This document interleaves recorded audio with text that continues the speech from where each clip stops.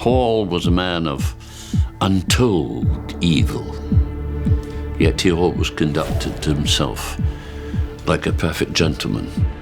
Archibald Hall was a con man and a serial killer that would stop at nothing to get the luxurious lifestyle he desired. This is just an animal. He can't be human to do these things because he showed no remorse whatsoever. Archibald Hall was one of Scotland's most enigmatic serial killers, a man of multiple personalities who used his charms to seduce and deceive. Within a period of just 6 months, Hall was transformed from conman into callous killer, murdering no less than 5 people, including his own brother. I want to learn more about the man who became known as the Monster Butler.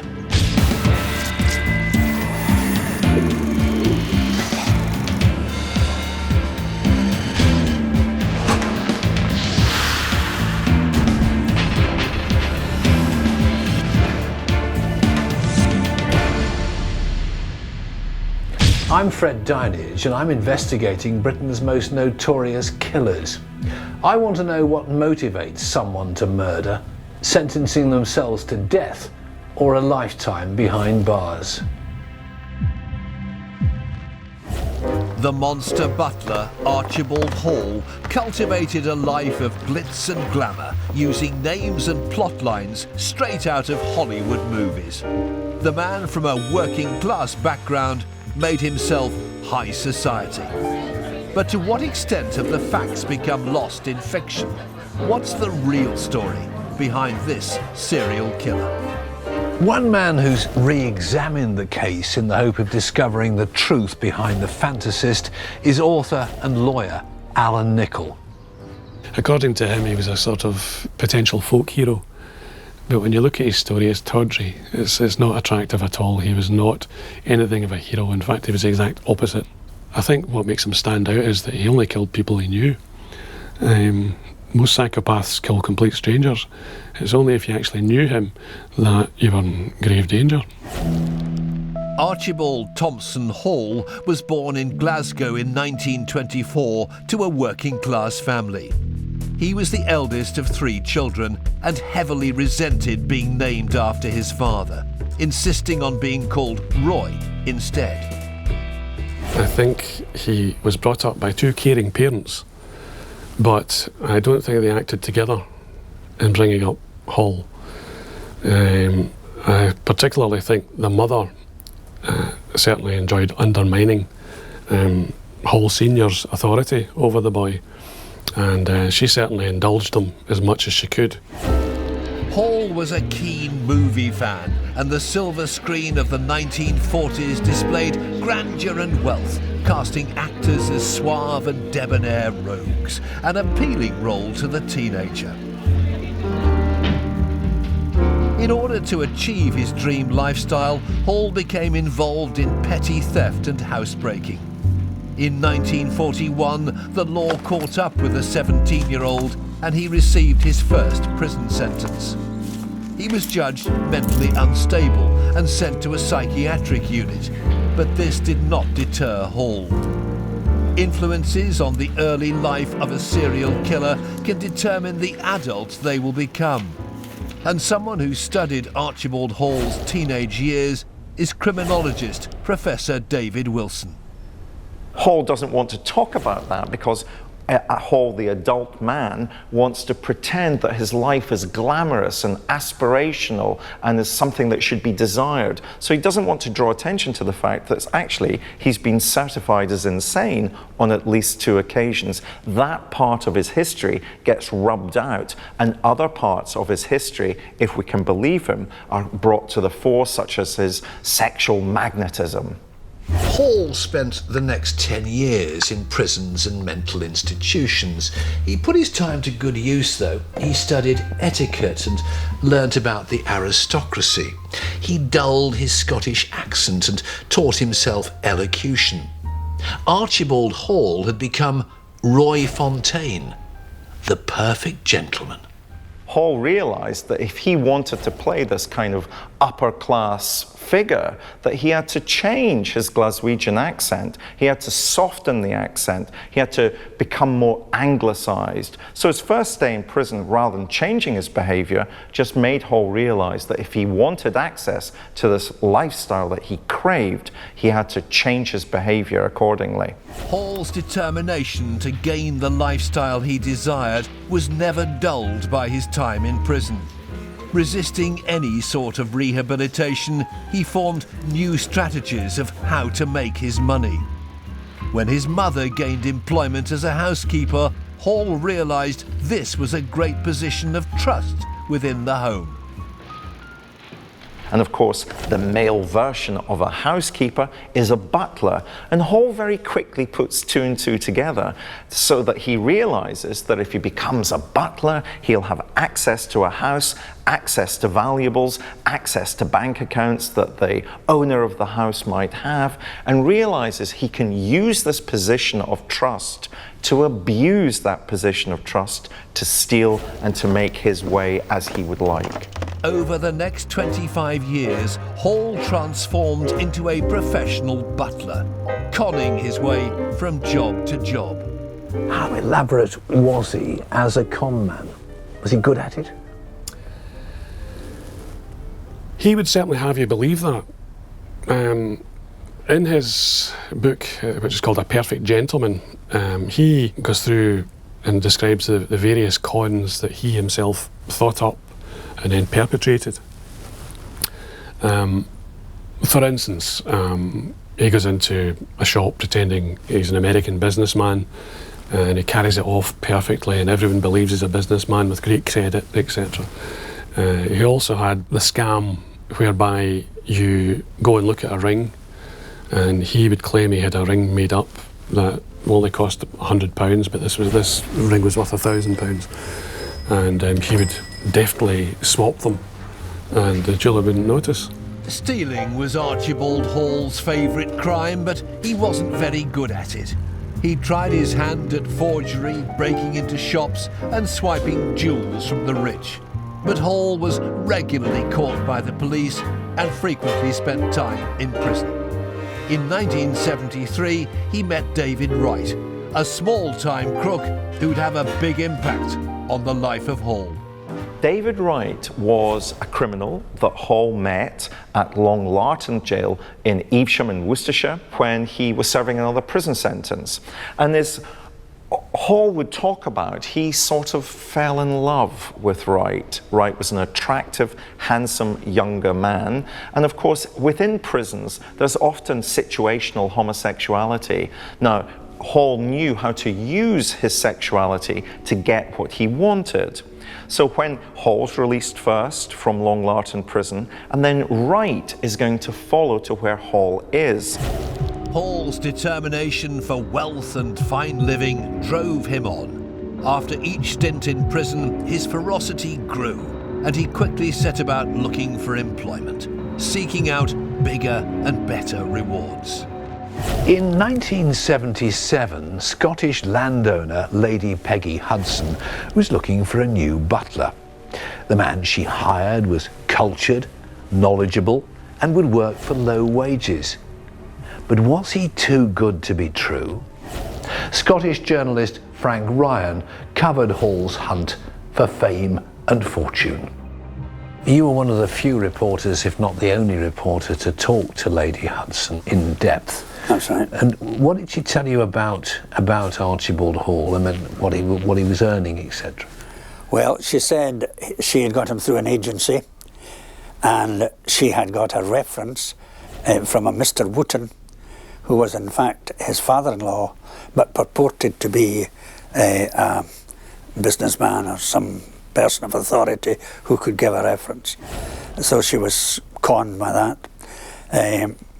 He earned £20 a week, which was very low, even then. And she asked him why he was prepared to work for such a low salary when he could have been earning money either in the jewellery trade or in London.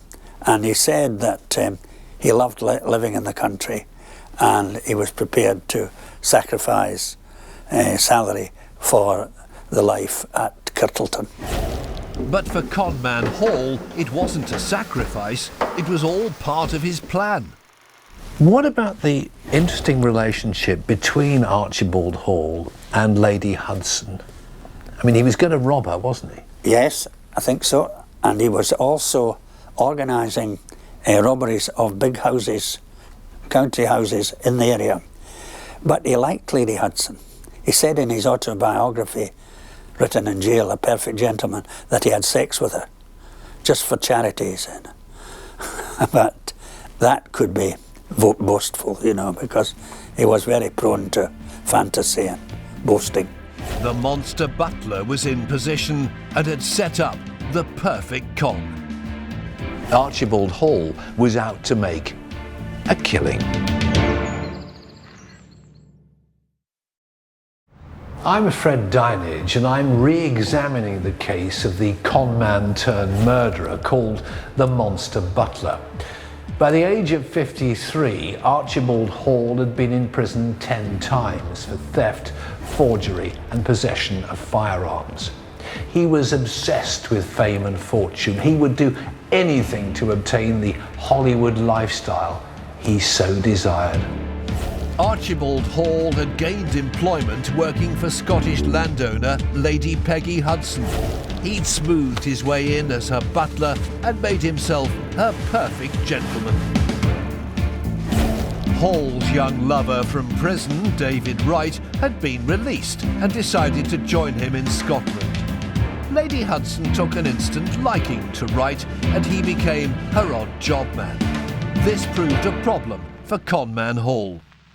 Wright knows that Hall really isn't a butler, but somebody who's going to steal from Lady Hudson. So quite clearly there was tension between the two of them from a very early stage. And that tension, it mounts and mounts until eventually, according to Hall, Wright stole a diamond ring from Lady Hudson that Hall then has to get back and replace before Lady Hudson realizes what has happened. Their relationship reached a crisis point when Wright returned after a night of heavy drinking and fired a shot into Hall's headboard as he slept. He then hit Hall around the face with his pistol, causing his lover to bleed. Wright begged for forgiveness. Hall decided enough was enough. Solicitor Len Murray heard firsthand what happened next from the Monster Butler himself. The following day, out they went shooting rabbits. Wright with a shotgun and Hall with a .22 rifle. Hall counted very carefully the number of shots that Wright had in his gun. He had a total of 8. And when he had made sure that 8 had gone, he lifted his .22 and pointed it at a rabbit and gradually swung it round and shot Wright in the head. And he shot him not once, but he shot him 4 times. 1 in the head, and then 3 more in his torso. An extraordinarily cold killing. At the age of 53, conman Hall had committed his first murder. What they do know for certain is he took Wright's body, he placed it beside a stream, he covered it with clods of earth, and he kept going back and covering it up and covering it up, and he ended up taking Lady Hudson's Labrador for walks just to see if the dog could detect there was a body there, and eventually the dog didn't even notice. Hall explained Wright's disappearance by informing Lady Hudson that the young man had been offered a permanent position in Torquay and had left. Hall, it seemed, had got away with killing his lover. He remained as Lady Hudson's butler for some time, but by that time she had her doubts about him. and she had a local policeman check him out. He was given a police escort from the premises, and he ended up in a hotel in Gretna that night. Undeterred, Hall continued with his criminal ways. He travelled to London and conned his way into another job as a butler for the wealthy elderly couple, the Scott Elliots. Once again, someone else had fallen for Hall's perfect gentleman act. Professor David Wilson has invited me to find out how and why so many people were caught out by the effectiveness of Hall as a conman. Fred, con artists rely on their powers of persuasion, their charm, their ability to seduce you, and their confidence to carry the con off. Now, what I'm set up for you today is just a little experiment to see if you can work out who the con artist is and who's telling the truth. You're going to meet 5 guests. One of these guests is a multi-millionaire. They have their own food business. They made their first million by the age of 18. And I want you to ask them a few questions to see if you can determine who's telling the truth and who's telling you a lie. Okay, let's have the first guest come in to meet you. Hello, Lucy. Please have a seat. Hello.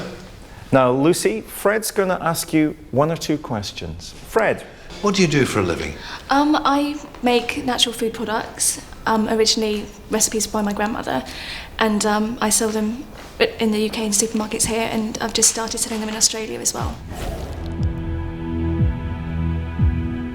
Let's have our second guest who's going to meet you. What do you do for a living? We run a food business. It's an old recipe handed down from my grandma. What sort of recipe? It's for curry sauce.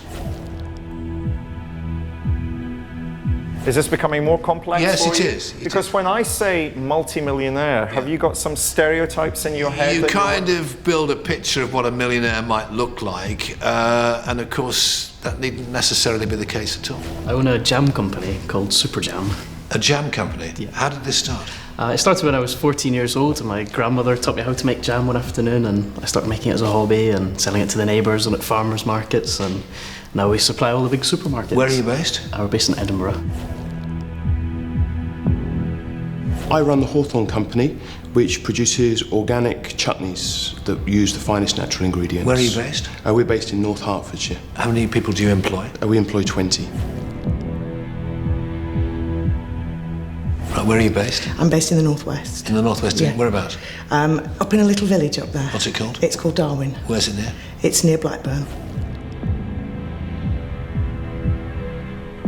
You've met our 5 guests. Tell me about them. What did you think of the 5 people that you met? Who's your money on, do you My think? money, in fact, is on the gentleman I met with the homemade curries.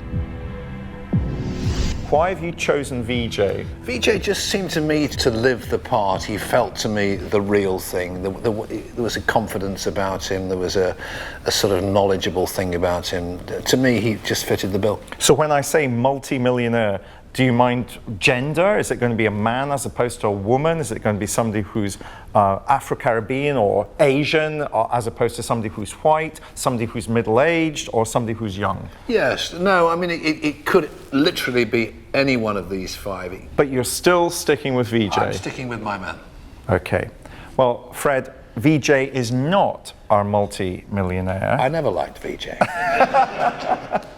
And therefore, let me give you a second guess. My second guess then is going to be the gentleman in the middle, the young man in the middle. I've just got a funny feeling about him. Well, Fred, Yes. Fraser is a multi-millionaire. Wow. It's incredible. And all thanks to your grandmother. Yeah, yeah, she's delighted to see it all take off, and she still goes into the supermarket and rearranges the jars and makes sure they're all facing the front. And Incredible. Great success story. Congratulations to you.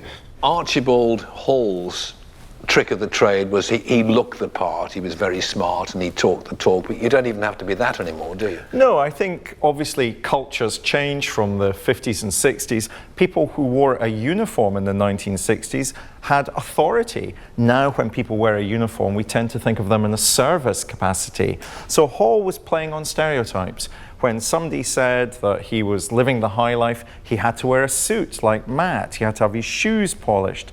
Nowadays, look, Fraser's our company owner who's a multimillionaire, very casually dressed. So we're playing with stereotypes all the time. But the key thing was, if you're a con artist, you deliver those cons with confidence. You have to be persuasive. You have to use charm. You have to be believable. And after 40 years of practicing as a con artist, Archibald Hall had his act well polished. In November 1977, he'd worked his way into the lives of Mr. Walter Scott Elliot and his wife Dorothy. His position as butler would give him access to their prized valuables. They were very wealthy people. He was a former MP, and she was Indian by birth, the daughter of a very wealthy Indian merchant. And when he went to London, he met up with Mary Cogle's, Belfast Mary as she was known. And Mary had been a lady whose virtue was comparatively easily overcome by money, if I may put it that way. And she introduced him to Michael Kitto. Michael Kitto was a small-time crook from London who drifted from job to job. He'd been in prison 3 times when he met Hall in 1977. Hall was looking for his next con. Kitto was in awe. Hall had only been working at the Scott Elliots for a month when he and Kitto went out one night to discuss how they were going to rob the elderly couple. But their best-laid plans went awry when they returned to the Scott Elliot house looking for more wine. They went and raided the fantastic wine cellar the Scott Elliots had. And the way down, Mrs. Scott Elliot, unexpectedly, they thought she was out, came to the door, and she asked what was happening. And Hall said that Kitto sprang forward, assaulted the lady, she fell, and she was found to be dead. Another con, and another murder. Hall dreamt of ending his days with one big job, courtesy of the Scott Elliots. But his plans for a luxury retirement went horribly wrong. Archibald Hall, the Monster Butler, now faced another dilemma, disposing of a second murder victim, Mrs. Dorothy Scott Elliot.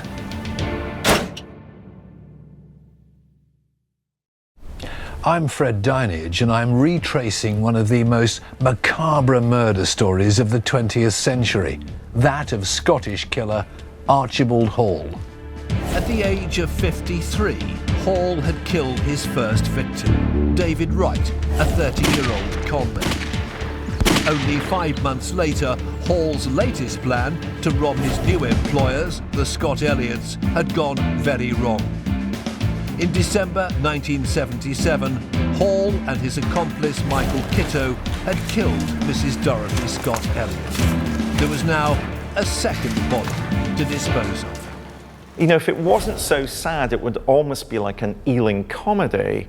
They decide that what they're going to do with Mrs. Scott Elliot is take her body in the boot of a rented car to Scotland and dump it. And they're going to drug Walter Scott Elliot so that he's not really fully compos mentis of what's going on. They're going to have Mary Cogle dress up in Dorothy Scott Elliot's clothes, and in particular her mink coat, and she's going to pretend to be Walter Scott Elliot's wife. Hall, Kitto and Cogle had kidnapped Walter Scott Elliot, the 82-year-old former MP. His wife, Dorothy, had just been murdered, and now, unaware of his fate, he faced a terrifying journey to Scotland, where they intended to dispose of her body. He became a hostage to them, and I think that's one of the cruelest parts of Hall's story.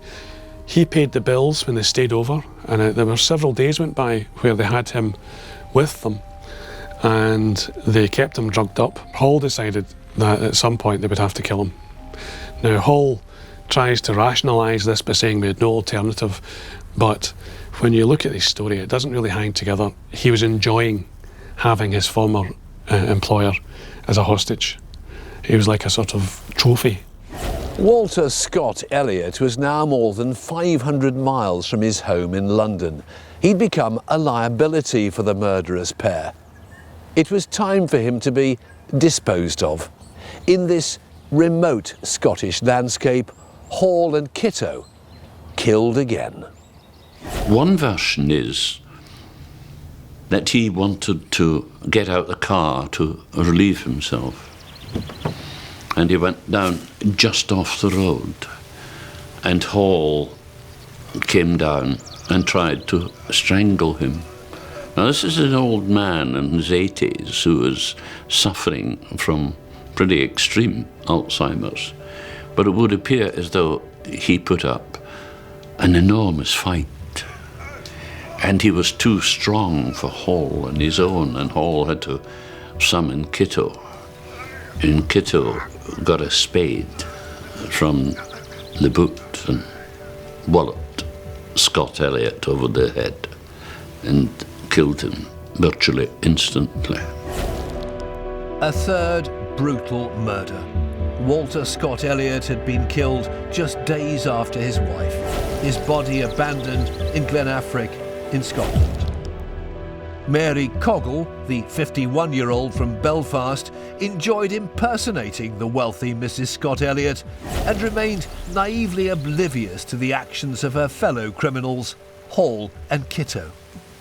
It's a puzzle because Mary Cogle was living a bit of a dream here because she was going about wearing Dorothy Scott Elliot's hugely expensive mink coat. She was wearing a wig. She was wearing the fantastic jewellery that Mrs. Scott Elliot had. And that's all that mattered to Mary. I don't think she realised the danger she was in. According to Hall, he became really annoyed that Mary Cogle was wearing Mrs. Scott Elliot's mink coat. He felt this was drawing attention to Mary Cogle in the towns and villages in Scotland that they were passing through. Hall claimed that she simply couldn't carry that kind of act off, and therefore became increasingly concerned that she was drawing attention to them. Hall again claims that he was going to kill Mary Cogle quite quickly, but again, here's part of the sexual magnetism that he always claims for himself. She persuades Hall to have sex on the mink coat in front of a fire, and that, therefore, according to Hall, meant that he felt he should let her live. In any event, that kind of change of heart about not killing her doesn't last very long, and then eventually he's going to take a poker to her head. Kitto comes from behind her and holds her, and then they put a plastic bag over her head so as to suffocate her, even after hitting her with the poker. 51-year-old Mary Cogle was dead. Kitto and Hall then dressed their accomplice up in men's clothing and dumped her in this stream here. The murderous duo quickly left Scotland, heading south to Hall's sisters for Christmas in Staffordshire. Would Hall, do you think, from what you know of him, have felt remorse for her death and indeed any of the other deaths? No. Throughout my dealings with him, one of his trademarks, if you like, was the fact that he never at any time displayed any kind of remorse. And it was almost as though he was boasting of what he had done. On Christmas Day 1977, a 29-year-old policeman, Alan Place, was called to Middleby in Scotland, where a woman's body had been found. He was given the job of securing the area for CID. My wife and the kids, they were small at the time, we just sat down to a Christmas lunch when the phone rang. This was the office. A woman's body's been found in a wee barn between Middleby and Waterbeck, so it was all hands to the pump. So we all collected at Lockerbie Police Station and then made our way to the locus of this body. What scene did you see down there?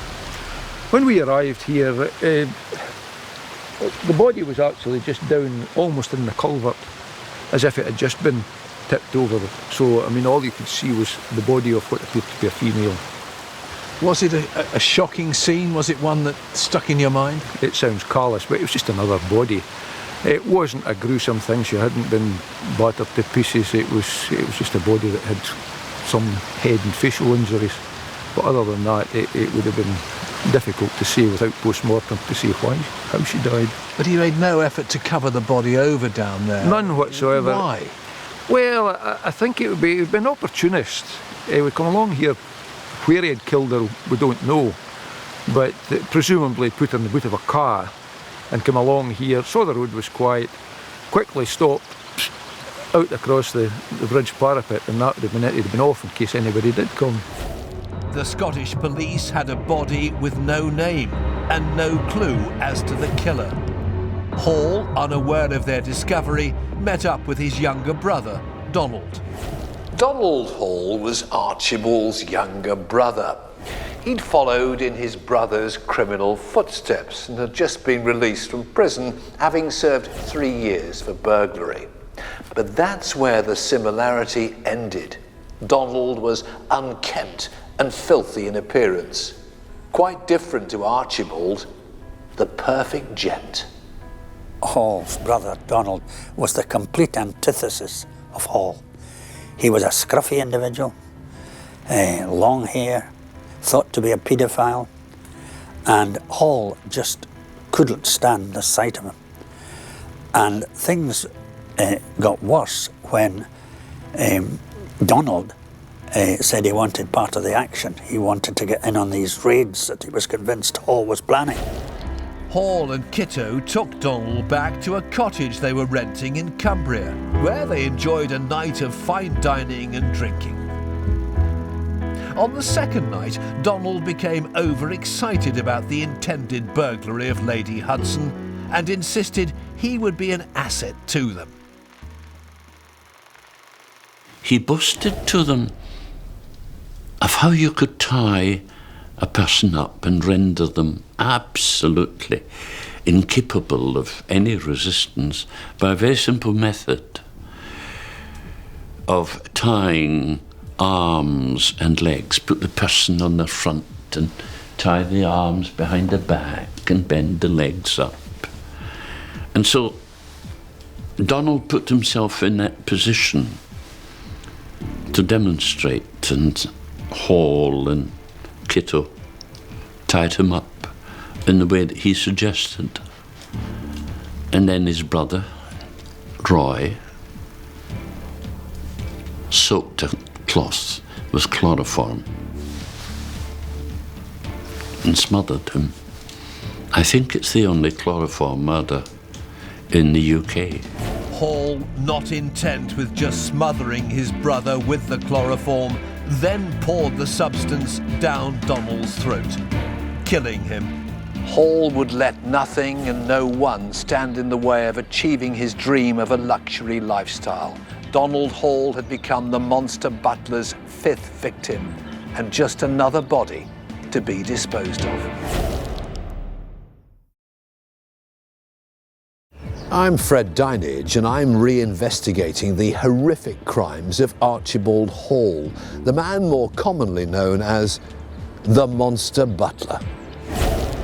By January 1978, conman turned murderer Hall had killed 5 people in just 7 months. The latest victim, Donald, Hall's younger brother, had yet to be disposed of. The Scottish police had discovered the body of his 4th victim, Mary Cogle, but had no clue as to the killer. Hall's criminal plans to make a fortune weren't working. His dream of living the Hollywood lifestyle was fading fast. He and his accomplice, Michael Kitto, made a plan. They hire a car. He tells Kitto, change the number plate on the car because 3 of the numbers are 999, and Hall thinks that's very unlucky. So Kitto did change the number plate, so the number plate and the tax disc, the road tax license, aren't going to match. So they have Donald Hall in the back of the car, they drive back to Scotland, they book into a hotel, they claim they're about to emigrate to Australia. Hall's glib attitude normally got him out of difficult situations, but there was something about his attitude that the hotel owner didn't like, and he just thought he was too glib, and he suspected that they were about to commit some sort of board and lodgings fraud, and he spoke to his wife and she didn't like the look of them either, and he called the local police. Now the police turned up, they looked at the Granada that he was driving, and they found out that the tax disc didn't match up to the number plate. Hall and Kitto were arrested and taken for questioning, while the dead body of Hall's brother Donald was still in the boot of the car. Had Kitto and he kept their nerve, then they might have simply walked away half an hour later, gone back to their dinner or gone back to the hotel. When Kitto realised the situation he was in, his nerve went. In the meantime, Hall, who was very good at escaping, that's one thing he was excellent at, he threw away all the incriminating stuff in his pockets, he flushed them down the toilet, he jumped out the window in the police office, and I think that's when the police took the car to the police station and as a routine decided to just check what was in it, and then to their horror found there was a body. Hall was soon recaptured, but faced with the daunting prospect of prison, he swallowed some pills he'd hidden about his person. He was taken to Edinburgh Hospital and treated quickly. Archibald Hall and Michael Kitto were under arrest, but the true extent of their crime spree was still unknown. Tell me about your first meeting with Archibald Hall, also known as Roy Fontaine. He was brought to Lockerbie for questioning with regards to various murders, etc., that had been happening in the area. I was one of the officers given the task with the job of looking after him while he was being interviewed. Were you handcuffed to him? I handcuffed to him all the time, even as far as being in the cell, having meals, etc. You sat beside him with him, handcuffed to you. So. What was he like? Can you describe him to me? Very well dressed and very well spoken, a sort of educated English accent, but every now and again you got the wee bit Glasgow coming through in him, you know. In London, police officers received a tip-off from an antique dealer about some stolen silver belonging to the Scott Elliots. The police discovered the elderly couple's home had been ransacked. Walter and his wife Dorothy were missing. He didn't tell many lies, but he didn't tell much truth either. His attitude sort of was, he wasn't sort of against the police, but his attitude was that, well, you tell me who I've murdered and I'll tell you whether you're right or not, and I'll tell you where I've put them. Police officers in Scotland started the search for the bodies. Mr. Walter Scott Elliot was found on the 18th of January, 1978. 3 days later, Hall gave up information on his first victim, David Wright. He was taken to the Kirtleton estate to show police where his body was hidden. You were there when Wright's body was found. Yes, well, I can always remember it was a terribly cold, it had been a long cold spell, and it was a right snowy day, and we were showing where the body was, and a whole team of us, and of course the chief constable was there. We went to the place which had been described and shown to us indeed by Hall, and we excavated the body off Wright, which was quite something, as he'd been buried for a wee while, and he was then taken back obviously to the mortuary. He was in a bit of a state. It was a bit of a state, aye. Not a pleasant job.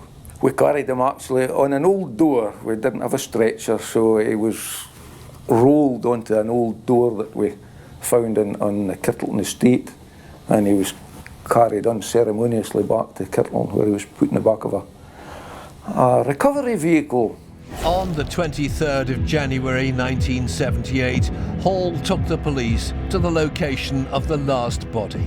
that of Mrs. Dorothy Scott Elliott. Archibald Hall's reign of terror had ended. On the 2nd of May 1978, Hall and Kitto appeared at the High Court in Edinburgh, charged with the murders of David Wright and Walter Scott Elliott. Both were found guilty. Hall was given 2 life sentences, Kitto was given 1 life sentence. Hall and Kitto were then due for sentencing in England for the murders of Mary Cogle, Dorothy Scott Elliott and Hall's brother, Donald. Len Murray was Hall's solicitor for the Scottish trials. It became perfectly obvious from the start he wasn't going to contest it, and he was going to hold his hands up and plead guilty. And that day was Kitto's birthday. And in the High Court, he turned from the dock as they were going to be led downstairs, and he turned to the press benches, and I was sitting just a few feet away, and he said to the press, "Ah, well, life begins at 40. An extraordinary thing to say."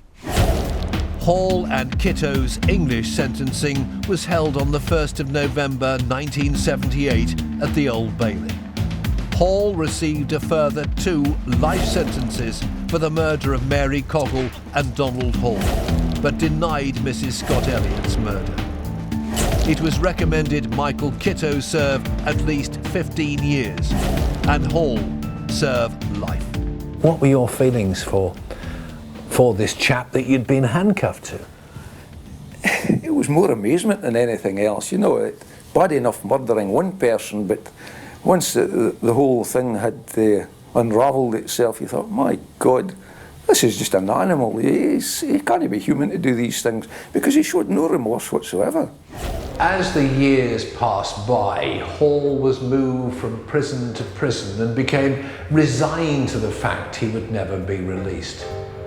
During this time, he penned 2 autobiographies, retelling his life story in the style of a Hollywood adventure movie. When investigating the circumstances of this story, for the first time in my life, I watched a film called Raffles with David Niven in it, and you could see Hall shining through. And when you look at the way Hall acted, I think he used that as a sort of template for his life, and he was astonished that people didn't regard him as David Niven or Cary Grant in To Catch a Thief. Hall really did think of himself as a cut above the rest, as somebody who was sexually dynamic, sexually magnetic to both genders. Hall lived a fantasy life, but the tragedy is, of course, that Hall ultimately also had some deep-seated psychopathy. Hall is somebody who's going to seduce people so as to take things from them, and sometimes that involved taking their lives. This is not a nice man. Michael Kitto served his time and has since been released, though no one's quite sure where he is today. In 2002, Archibald Hall died of a stroke at the age of 78 at Kingston Prison in Portsmouth. He had a shocking record for theft. You know, by the time he died, he had been sentenced to a total of 81 years imprisonment, plus 2 life sentences, plus 3 committals to a psychiatric hospital. Looking back on it now, it was quite the most extraordinary case. Perhaps for all the wrong reasons, he was probably one of the most unforgettable characters I ever met. There's a saying that money is the root of all evil, and never was that more the case than with Archibald Hall, the Monster Butler. He committed forgery, theft and murder. He even killed his own brother in order to obtain the luxurious lifestyle he so desired. In the end, his relentless greed came to nothing as far as he was concerned. He ended up with what he deserved: a lifetime behind bars.